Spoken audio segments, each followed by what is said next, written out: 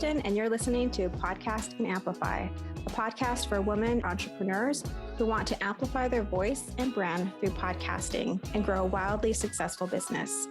I'm the executive producer and host of 2 shows and an entrepreneur, and I love helping women grow their visibility, mindset, and business to the next level.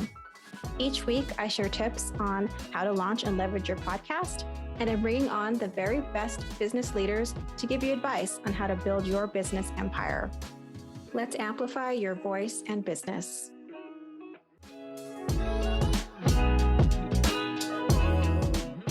Hey, Podcast and Amplify family. We are back with a fabulous new guest, Manisha Tare. She's a somatic healing practitioner for highly sensitive and empathetic women who have people-pleasing tendencies, and she helps support them in prioritizing their well-being, setting better boundaries, and being less affected by others' emotions and actions. Based on that, I thought she would be the perfect person to come on and talk about setting boundaries. So welcome, Manisha. Thank you for having me. I'm excited to be here. Is there anything you want to add? Yeah. Oh gosh. I'm sure we'll get into a lot more as we speak, but I think that lately I've been having this conversation about somatics and what that is and how that's relevant. And I think we're going to dive into that. But that just feels like an important piece to highlight because I talk about it all the time because I've been steeped in this work for so long, but I can totally understand like where people would be like, I don't exactly know what that means. So Oh, 100%. I didn't know what that meant either before I started working with my coach. So I love that we're going to get into that a little bit as we talk about setting boundaries. So you and I had talked before, and I had mentioned that I don't actually feel like I have a problem setting boundaries for the most part. I'm not really a people pleaser, but I have other things for sure. Mm-hmm. Don't you worry, audience. I have plenty of other things that I struggle with. This doesn't feel like it's one of them. But the reason why I wanted to chat about it and to do a show on it is because I see that so many women struggle with setting boundaries, with not overextending themselves, feeling like they have to sort of sacrifice and give their all on a daily basis. And that really bothers me, I guess. I just feel like there's a lot of social conditioning around that. There's a lot of maybe cultural conditioning for some. There's just a lot of layers as to why we women still feel like we have to take on everything and deplete ourselves and not set those boundaries. And so I really want to give the women listening some tools for feeling more confident around setting boundaries and advocating for themselves, because I'm just like, I'm over that, seeing the woman, the powerful, amazing woman in my life, in my community, in this podcasting space. I'm just like, you can honor yourself and your needs. So let's dive in. And can you tell me a little bit more about setting boundaries? What's the difference between having time and being available? We had talked about that, and I thought, oh, that's a very juicy distinction. Yeah. So I'll dive in from there and then we can explore. But I guess, right, to preface that, I think about boundaries in a few different ways. Like there's that time piece, certainly, like the practical boundaries of our schedule, certainly. And then there's also energetic boundaries, which I think I don't hear talked about as much. I've seen it in some spaces, but the way I think about energetic boundaries is really about like how much we take in from our environment and how we're able to kind of just set a good, healthy distinction between like what's somebody else's and what's ours, and be able to separate that. And, having that like really core sense of ourselves and who we are and like what's ours is really, really helpful to then recognize what's not ours. And so I can kind of unpack that in a little bit, but your initial question and what we talked about the last time we spoke about that time and like having it and then being available are so different. And I think there's like the cultural pieces of, well, if I have the time, I should give it. Or if I have the time, how could I say no? Like kind of like the guilt factor, or I would even say guilt and also like not enough justification. Because I think that whether we realize it or not, we are constantly trying to justify our decisions, and saying no just by itself can feel like we're really like leaving people hanging. And I think that especially for the highly sensitive piece, which I definitely identify as somebody who has a sensitive nervous system, it feels awkward or difficult for me to feel somebody else's discomfort because I can feel it so acutely. So it's like, oh, I'll just do it. Or this is like my former self, right? Like, I'll just do it because I don't want them to feel bad. Because really, if they feel bad, I'm the one who's going to end up feeling bad. So that's really what I'm trying to avoid. And so I think that place of like, well, if I don't have a real reason, like I have to go pick up my kids or I'm on vacation or I'm like literally just not available, like that's the only reason I can say no to somebody versus this is my preference, or I'd rather spend this time alone, or I have stuff that I want to work on or think through or do something, for myself, whether it's like health related or anything. Like it's like, where's the justification? And so that's sort of how I've seen that play out. Yeah, like you feel like you need a justification to say no, right? Like instead of it just being like, no is a no, and you don't really need a reason. That's perfectly okay. And I think that is definitely a struggle. I struggle with no, like a hard no sometimes. And that's so interesting where you mentioned being a highly sensitive person, which I can relate to as well. And I hadn't connected it to, oh, I'm going to feel the discomfort, because you're so right. When you're an empathetic person, it's like the dread of all those feelings coming up is a deterrent. Yeah, it's hard. Really is. It really is. And I'll just make one quick note about the no thing, because I have been guilty of saying this, and I feel like there's so many memes around like, the complete answer is no, or no is a complete sentence, or all of these things, which on one hand, sometimes that can be helpful to lean into, especially if you hang out on the way other side of that polarity, right? And being a person who's empathetic and sensitive, like it's also okay to give a reason, but it's really like the intention behind the reason. Like if I'm giving the reason to like justify it, it's really different than just telling a friend or somebody you care about or your partner or family member, like, oh yeah, I can't do this because I'm doing this other thing. But to have to find like a reason or like what you think is valid versus like, hey, I really need some time by myself that afternoon. I wish I could help you, but maybe I can help you another day. Right. Like, I think that's there's a balance to all of this. Like, it doesn't just have to be like, no. And I mean, that's not like relational, right? Like we want to have good relationships, but I would encourage people, if they're like resonating with this, it's just like, it doesn't mean you can't give an answer or a reason, but it's like, why are you doing it? Like, are you doing it because you feel like you have to justify it, or you're just like sharing like what you're going to be doing instead? Yeah, I think that's an important distinction, right? Because for some people, you're right, you have a relationship with them. So it's going to be awkward if it's just like, no, that's it.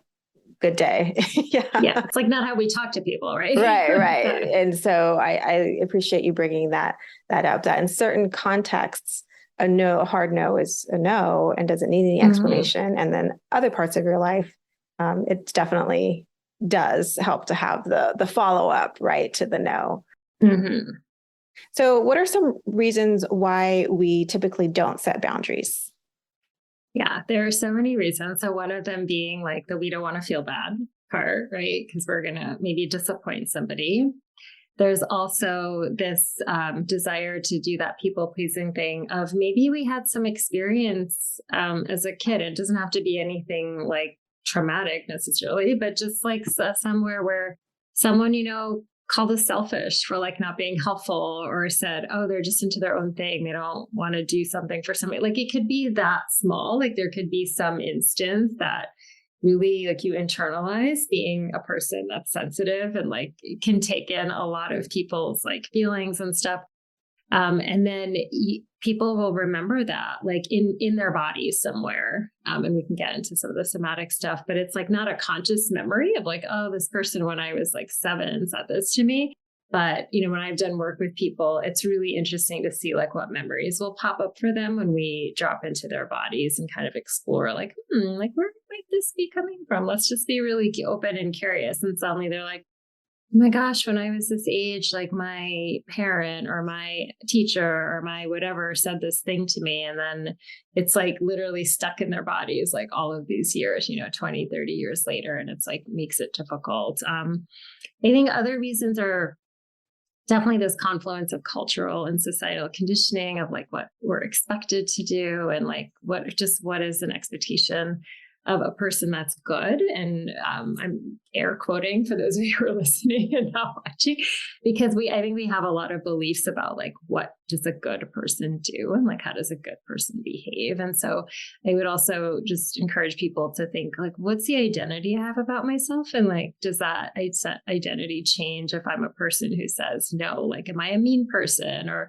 am I a bitch, or am I this? And so, just really like thinking about it in that way can lead us to, or can help us understand like, what's like my reason for having trouble.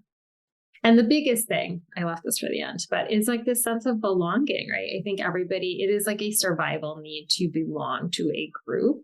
And so I think often this underlying sort of universal fear is like, if I say no, then I might get kicked out of the group, or someone might not like me, or they'll be mad at me, or I won't be part of that family group or that partnership or the friend group or whatever it is. And so we do this a lot just to stay feeling like we're part of something. But the potential detriment to that is that we say yes so much that we actually lose who we are, and we get completely enmeshed in the group, which is why a lot of people I work with like definitely have like some of these codependent patterns that we have to, just examine and start like extricating. Yeah. And I think there must be something around worthiness, or, not feeling like your time is valuable, maybe, or your needs are valuable enough to set that boundary. Yes. But that, everything kind of all roads lead back to our sense of self-worth, right? Yeah. Absolutely. Yeah, I'm glad that you brought that up for sure. There are definitely pieces of do I deserve this time? Or what is my time worth, and the value of that? And those can be really buried, underneath. Like I don't know how many people walk around thinking like, I have trouble setting boundaries because like my self-worth is low. Like it's probably not a sentence really anybody says. But if we peel back some of those layers and we look at like, well, what are you accepting? And like, what are you allowing yourself to settle for? Or what are you, just tolerating? I think that's a really big one. We tolerate sometimes people saying things to us that if we heard them say to a friend, we'd be like, that's like totally not okay to just talk to somebody like that, but we like, will tolerate it. And then we have to do some of that uncomfortable work of like, oh my God, do I not think I'm worthy of that? Like, that's like not an easy thing to sit with, right? Because we can like make ourselves feel bad about it. But I think it's like a really common, underlying reason that's hidden. Yeah, it's one of those really deep core wound kind of things that you're not always going to recognize unless you start working with someone. To kind of help you tease out, because you're right, these things are very layered and they can be buried deep. And so in your work, you mentioned that you use somatic tools, and I know you specifically help people with highly sensitive nervous systems. So what does that look like in terms of helping them work through that and, get to a place where they feel comfortable setting those boundaries? Yeah, that's such a great question. I think there's a couple of things. Like one, I'll just sort of define somatic, like somatic or soma refers to the body. So it's really an umbrella term, and people use it as like a larger term for like body-based work. And so the way that I have used it in the past and have transitioned into more virtual is like I was a yoga teacher. I taught meditation. I did body work called craniosacral therapy for about a decade. And so I was like connected literally to people's bodies, like hands on the body, like that kind of work for a really long time. And so that could be certainly considered some kind of somatic work. And then when I transitioned to doing more work online, the way I would practice that is like really helping people to drop into their bodies through maybe a meditation practice or like a guided practice to help them feel a little bit more relaxed. And so we're kind of moving from the head into the body, first of all, because most of us are like, storytellers. We have like all kinds of reasons. We want to understand what, me included. I'm totally raising my hand here. So those types of practices can, if you've ever done a meditation or some sort of like sound healing or something, you're like, oh yeah, I feel more relaxed and like we're more connected. We tune into our breath, et cetera. And like from there, that's sort of just the beginning aspect, because from there, your body is a representation of your subconscious. And so we have all of like our cognitive conscious thoughts like running through our minds. But when we drop into the body, we start to notice like, oh, okay, I'm noticing some sensations. And then when I like really take the time to slow down a little bit and pay attention, I might notice an emotion come up or arise that maybe I didn't realize was in there. I've sort of just tucked it away because I was busy and I had stuff to do. So in a session, what that might look like for somebody is, they might come and say like, I had this situation with, my partner, and it's really hard for me to say what I needed to say. And I just like was on the tip of my tongue. I had it all prepared. I had it, I talked about it with a friend and I was like all ready, but in the moment I kind of froze and shut down and I just like couldn't say it. And so that's like, oh, okay, well, you're frozen and you're shut down. So that's already the body, right? So we're like, oh, that's like, let's get really curious. So I will have them kind of bring that scenario back up into their minds and like really sit with all the sensations. Because in the moment, it's like, I just kind of froze and shut down. And then the subject changed and I felt like, oh, great. Now what am I going to do?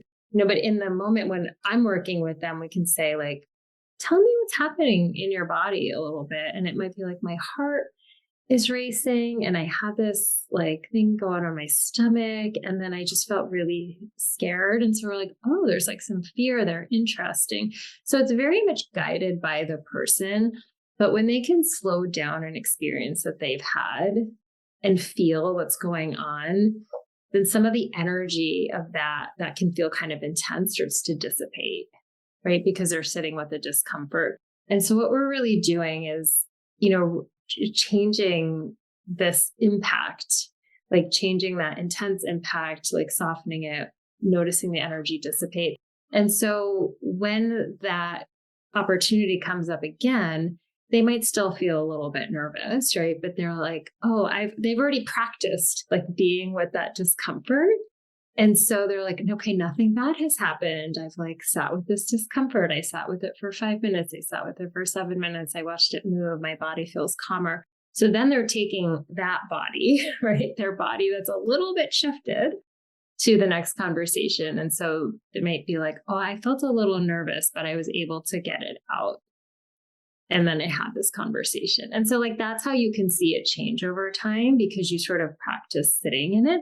I guess I'll distinguish it from like mental work because you can talk yourself through that process too. But then in the moment, I find that if you're only doing mental work, which is important, but if you're only doing that, you're almost willing yourself through the conversation. Like you're convincing yourself, I can do this, which again, helpful for sure. But if you bring the body into it, you're not like fighting with your body to have it, right? Your brain is not fighting with your body to then say the thing. Like you're on the same page a little bit more.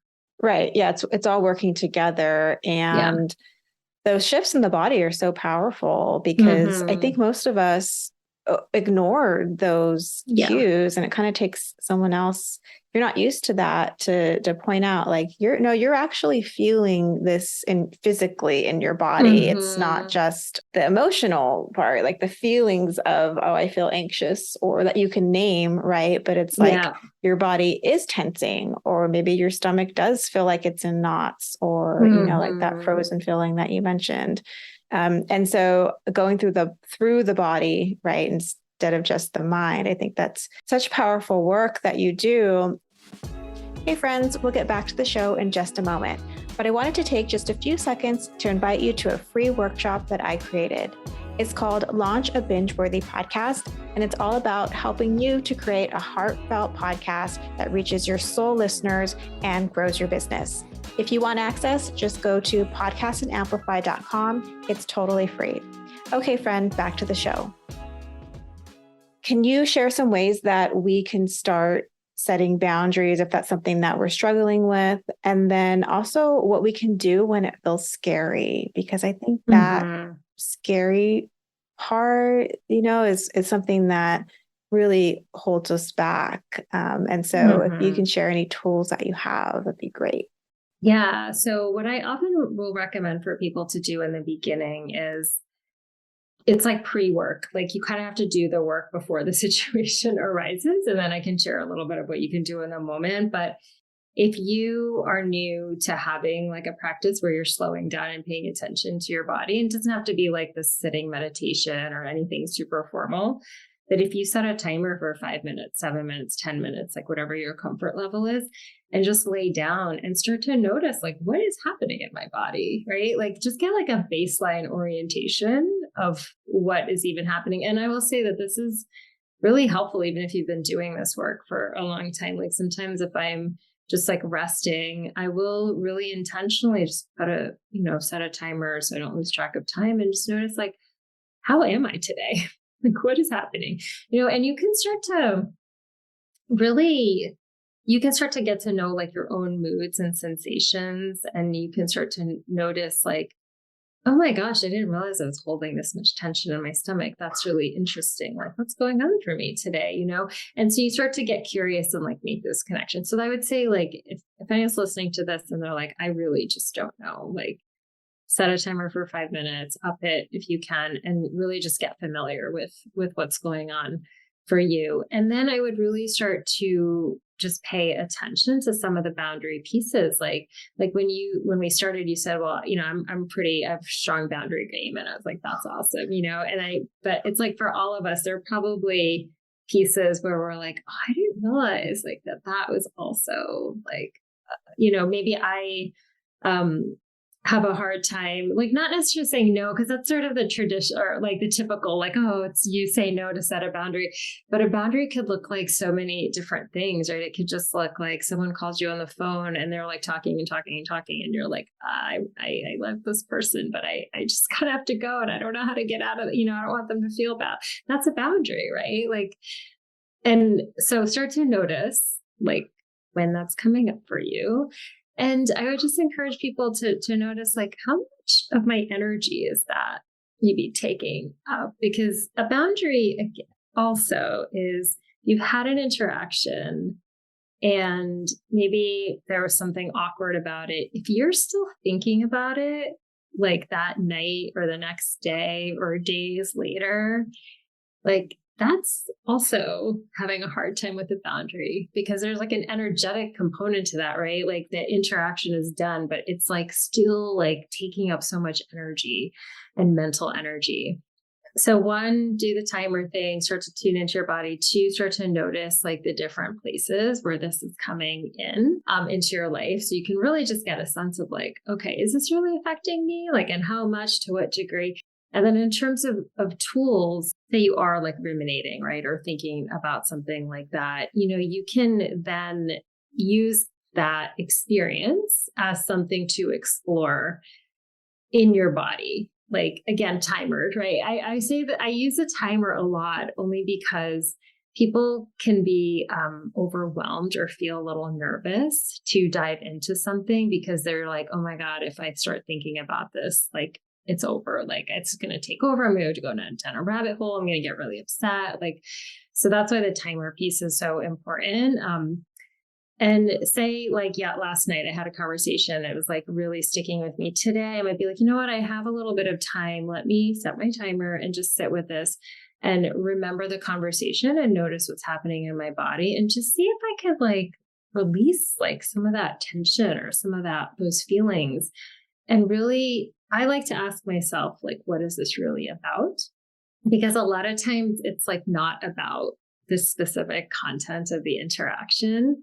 There's usually something else going on. So like that's a tool that I like to use for myself, more of an inquiry. And I might write about it or I might just think about it. And it's really interesting because a lot of times for me, it is about like, oh, someone didn't appreciate something that I did for them. And I'm like, oh, boundary, like, could I have done that differently? Right. So like, and this is why I do this work, right? Because I understand it so intimately because I've lived it. And so those are the ways that I would encourage people to explore. So those are like a lot more exploratory suggestions. I love it. I think it's a great place to start, tapping into how we're feeling. Yeah. What's going on in our bodies that you have to kind of put that into practice first, I think, before you can start to recognize that in the moment when you're trying to set that boundary, and then be able to take care of yourself through, that experience, because it's going to be hard if you're not used to it at first. Yeah. And the setting boundaries, you're right. Like, it's kind of like what I think about confidence. Like, I used to think, oh, I'm not very confident. And what I realized after working on becoming more confident is that, it wasn't that I lacked confidence across the board. It was in certain areas of my life. And so when you talked about setting boundaries, it's like, felt very similar to that. It's like, that's not that I have a handle on it for everything in my life. There are certain areas where it's very easy for me. And then there's certain areas where it's a little tougher. That just kind of resonated with me. Like, oh yeah, we're such complex humans, right? We are. Never I'm done. I'm good. I never have to deal with that. Yeah. But, luckily we have people like you helping us to, figure these things out and give us the tools. So I want to end this conversation by asking you, Manisha, what is your superpower? I love this question so much. I would say that it's being able to hear the things that people are not saying. I love that. Yeah. All maybe the subtext or the nuance or like the metadata, right? Like what's underneath maybe what's actually being said. Yeah. Also, I love astrology as a tool for personal development. And I've learned a lot about myself through looking at my own chart and then reading for other people. And I have my moon in Scorpio. For if there's any astrology people out there, they'll know what that means. But Scorpio is really all about like the hidden stuff. And I really do feel that, when I'm certainly talking to people in general, but like with clients, especially, like there's so much that they're conveying and our words are really limited. Right. And so I often find that I will, maybe pick up on something and always reflect back to them to make sure it's right for them. So, I never not want someone to really feel attuned to that as well. But often I will reflect something back and they're like, yeah, that's what it is, and so that can really help the work move along a lot faster. Yeah, I really think it helps people feel really seen and heard on a deeper level. Yeah. And that's so powerful. Yeah. That is a superpower for sure, because that's what we as humans are all longing for, right? It's such a meaningful impact that you have, helping people feel seen and heard. And, I imagine that you're articulating something that maybe they weren't able to. And then when you say it to them, they're like, oh, that's it. Because I've had those moments with coaches as well, where I'm like, oh, you just like articulated exactly how I was feeling. I wasn't able to at that time. And now I feel seen and heard. So that's a wonderful superpower. Thank you. And I definitely don't want to leave before we get to know how we can find out more about you, where we can like hang out with you more.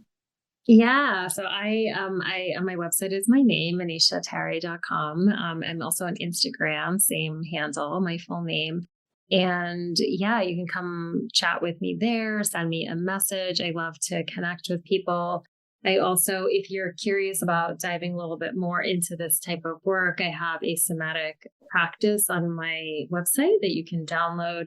And it really just gives people like this experience of like, what is this like and how can this support me?